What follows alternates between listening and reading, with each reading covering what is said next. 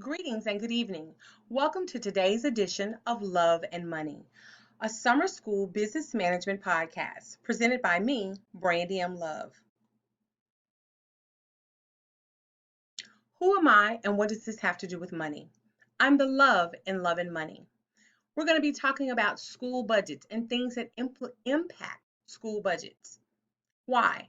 I'm a grad student at the University of Memphis, and this podcast will serve as the classroom companion to my current summer school course, School Business Management, titled Under Leadership 7131 with Dr. Derek Robinson as the lead. This is podcast number 3 in a series of 4. Tonight's topic, we're going to continue down the money trail with a focus on Shelby County schools. What are we going to talk about tonight? How much is a classroom teacher really worth? Teacher pay and compensation. How is this topic related to school business management or the business of schools? Everyone knows that teachers and students are the lifeblood of a school, and teacher pay and compensation sometimes can be heavy on a school district's budget. Recently, 2018, 2019, there's been lots of topics of unrest with nationwide and statewide protests from educators about salaries and pensions. This tide has not turned. Some people still feel the same way in 2020. According to NEA, the National Education Association, which I'm very proud to be a member of, they say the teacher pay varies widely by state. Recently, according to 2017 data, for example, the average teacher in the state of New York earns $81,902 a year, where the average teacher in the state of Mississippi earns $42,925 a year. Now, you may hear $81,902 and think that's a lot of money, but consider that you're living in a city where a 3-bedroom is $5 million, 81,000 is only a drop in the bucket. Now, let's not forget, on last week, I informed you that the United States Department of Education, their 2021 budget under the Trump administration includes $66.6 billion in new discretionary budget funds. That's an 8.4% reduction from the 2020 year. Coming on down to our state, because remember, we're following the money trail. In Tennessee, that equates to $11,928,992,000. But remember, we're talking about salaries here, okay? So let's go back to the United States Department of Education. This year, under the Trump administration, the Department of Education requested an additional $2.5 billion. I'm sorry, let me repeat that. $2.5 billion for its salaries and expense budget. That's an increase of $138 million from last year. Now, this includes several things, such as improvements to the department's IT department to ensure integrity of the department, building modernization and renovation, which will reduce future rent costs, but it also includes the administration's support of 4,028 full-time employees. That's an increase of 196 employees from 2020. Talking about salaries, let's talk about the top salary. Education Secretary Betsy DeVos and her husband, Dick DeVos, here with Mike Pence being sworn in, reported $56 million in personal earnings in 2019. That's down from $45 million she reported in 2018, according to Forbes. Now, the United States Department of Education, Secretary of Education, is the most distinguished member in education with a base pay of $207,800. For the most distinguished educator, what message does it send to educators and teacher salaries when the most distinguished educator in the United States has never been a teacher, has never been inside of a public school, has never sat on a local school board? What message do we send to teachers about salaries? What does all this mean for Tennessee teachers, particularly Shelby County Schools, located here in Memphis? Well, in December 2020, according to the commercial appeal, first-year teachers in the district earned $43,000, with the teacher maxing out at 19 years of service and $73,000.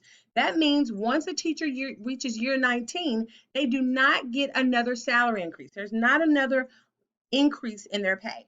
This also means there's no major increase in retirement benefits. Let's take this a step further.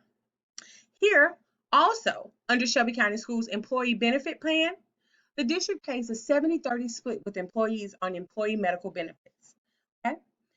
This is after the teacher has reached a set deductible.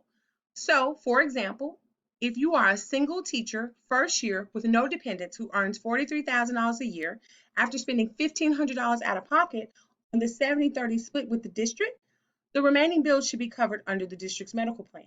Now, that 30%, where does that come from? That pay comes directly from the teachers. It's divided by Shelby County Schools over the course of 26 pay period, with money coming directly from the teacher's paycheck. Why do benefits matter? Let's continue to look at the money and stay on the money trail. Here in Shelby County Schools, when a teacher gets hired, they are awarded 10 sick days per year. Those days accrue continuously, meaning that you first get hired, you receive 10 sick days for that year. If you don't use any of those sick days, the next year you now have 20 sick days, so on and so forth. Now, for a first-year teacher who earns $43,000 a year based on a 200-day school calendar, this means this teacher is approximately valued at $215 per day. But remember, when the teacher is out on a sick day, someone still has to be in the classroom. With that being said, Shelby County Schools pays $95 per day for the rate of a substitute teacher. Where does America rank with teacher pay? Right now, number 19. Now, I could not get an actual quote from the HR office about substitute teacher pay. However, my Aunt Gwen, who stays ready, and that's the screenshot from my phone, my Aunt Gwen gave me pertinent information. Why? Because she's a retired educator and she's also a full-time substitute. And she told me substitute teachers are paid $95 per day with a total of $475 per week if they are at a school for a full week. However, in the event that you need a long-term sub, that sub is paid at a rate of $163 per day. This must be approved by the principal. What do I mean when I say long-term? Let's say that a guy falls and maybe breaks his leg, so he now knows he's going to be off work for 6 weeks. You know that you need a long-term subs because you don't want to continue to change subs on the teacher. You need someone who's going to provide the students with stability, long-term sub. Let's stay on the road. Let's continue down the money trail. Now, let's look at the numbers. At $215 per day for the classroom teacher, remember that's 10 days a year, plus you have to pay for the sub. That's $95 per day for the sub. That's costing the district an additional $3,100 per year. This does not include that also I got from HR, but they would not put on the record. The average new teacher has a total of about 5 professional development days a year. So also consider on a PD day, that's still $215 they're paying for the teacher, but it doesn't count against the sick days, but still $95 a day for the sub because you want to make sure that you still offer the new teacher training and development opportunities. But this costs the district an additional $1,550 per year. Continuing down the money trail, let's look at the numbers. According to NCES, the National Center for Educational Statistics, in the 2016-2017 school year, across the nation, school districts spend an average of $12,794 on employee medical, dental, and vision benefits that they split with the educator. And remember, those numbers vary by school district. What does this mean, and how is this topic related to school business management and the business of schools?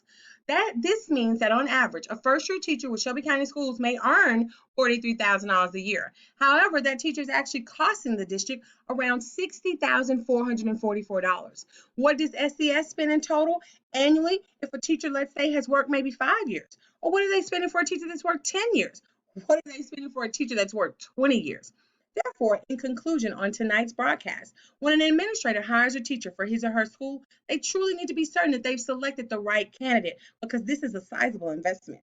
You have to ask, does your school receive a sizable return on its human capital investment? Thank you for tuning in, attending, and following our weekly podcast.